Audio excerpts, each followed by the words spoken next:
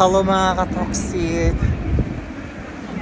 Punta ako ngayon sa palengke. So mamimili tayo ng isda kasi ilang araw na akong hindi kumakain ng isda. Medyo mahangin ngayon. After ng snow, ganito kalakas yung hangin.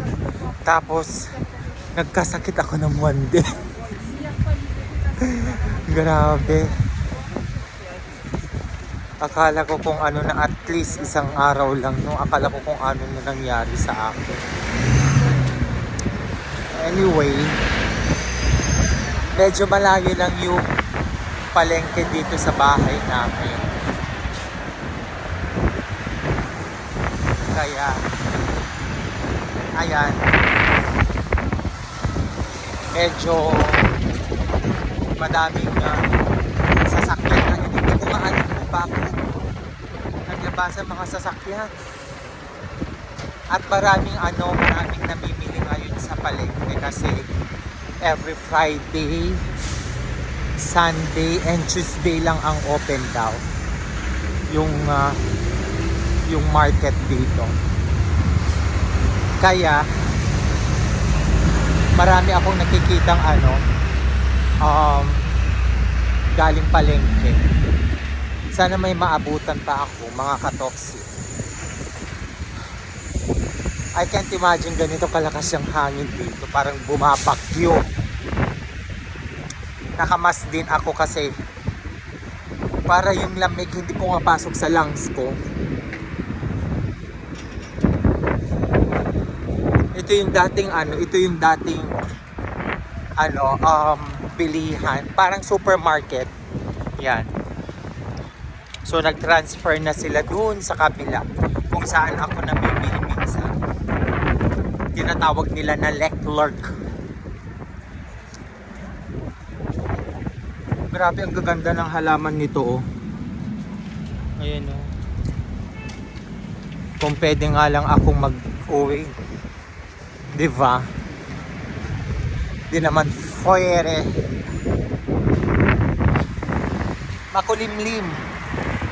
Makulimlim ang araw natin, mga katoksit.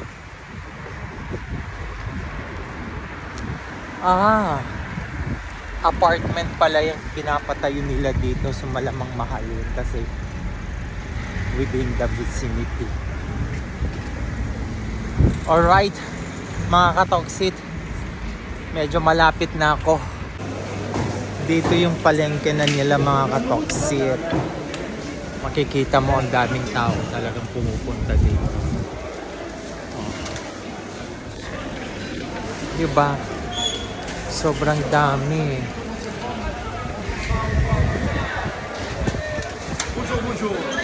Bonjour.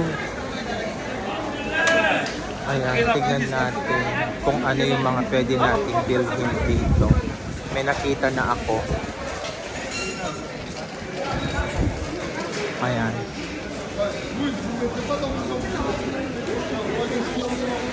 Ikot-ikot muna tayo, mga katoksit.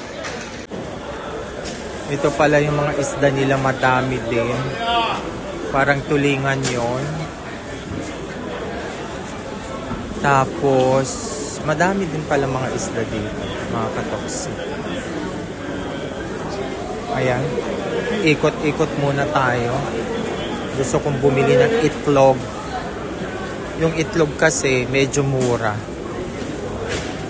Yung itlog nila $39.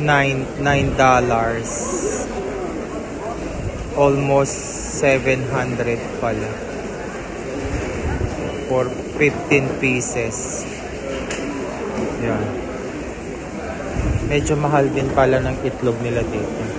Tapos dito yung mga celery nila, mga katoksit. Sarap. Ito yung spinach na ito yung spinach nila na malalaki.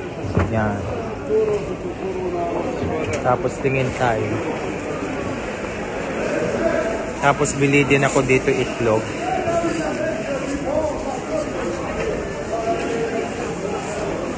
Yung 15 pieces lang.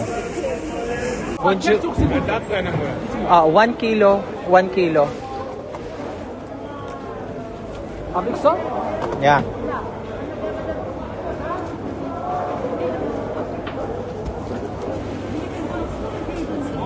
Tingnan nyo kung kadami nila naglilinis ng mga isda.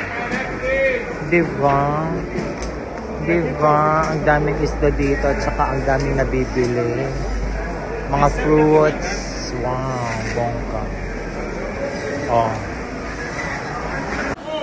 Bili tayo ng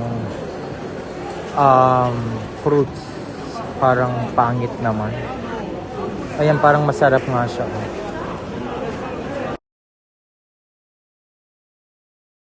Mili din ako ng mga ganito, mga katoksit, kasi nilalagay ko sa sa sandwich ko minsan. Madami din pala dito, di ba? See? May mga nuts din sila.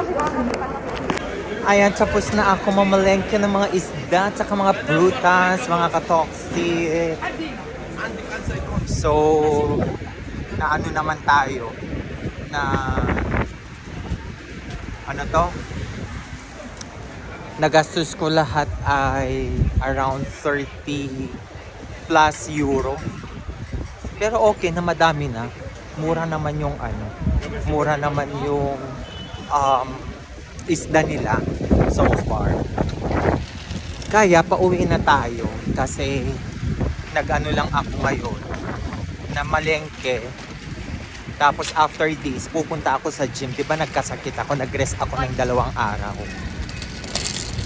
Kaya mga katoksit, 12 o'clock kasi yung RPM ko. So nagmamadali ako. Pero would you imagine, first time kong makabili nito.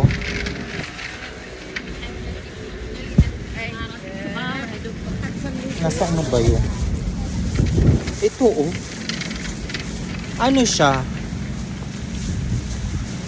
Almonds na may sugar coated, and then yung anong tawag dito sa mga ganito? Would you imagine this one? 1 euro dollar. 70 pesos ang liit. My goodness. Pero okay lang kasi I love ko naman. Favorite ko talaga mga nuts, mga katoksit. Kaya I'm going home and excited to do the RPM na mga katoksit. Medyo malapit lang kasi ito, nilalakad ko lang. Alright mga katoksit.